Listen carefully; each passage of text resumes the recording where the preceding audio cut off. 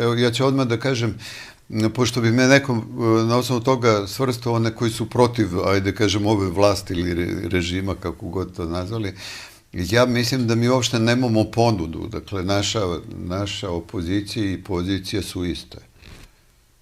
One se ništa ne razlikuju. Čak sam u jednoj emisiji čuo nekog čovjeka koji se javio u emisiju i on je rekao otprilike ovo što govori Vučić o opoziciji, to je istina.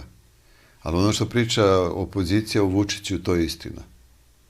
To govori u stvari o tome da mi u stvari nemamo ponudu. A sad je biser u tome što ako nemaš ponudu, onda su izbori zaludni.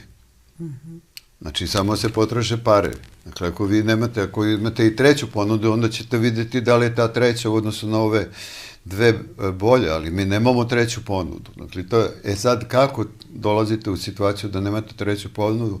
Pa tako što se stvara taj sistem. Dakle, taj sistem sa dve varijante koje su opasne za narod je svuda u svetu. To nije srpski ni izum, ni naš problem. To je svuda u svetu. To važi i za Hrvatsku, i za Bošnjake, i za Makedonce, i za Grke, i za Ruse, i za sve.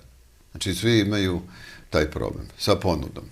Sjedinjene Američke Države su tipičan primjer toga. Dakle, oni su baš tako. Imaju klackalicu i narod navodno bira, ali zapravo to je taj uvrežen sistem koji je, ajde gajem vekovima, i sad tu mi možemo da pričamo o nekoj teoriji zavere. Pa ne postoji teorija zavere. Teorija zavere stvarno ne postoji. Dokle smo mi svi zajedno došli, mislim na ceo ljudski rod. Znači, opet izuzimam bilo koji narod. To dokle smo došli, to smo zaslužili jer tako radimo. Nisu jezuiti izmišljeni.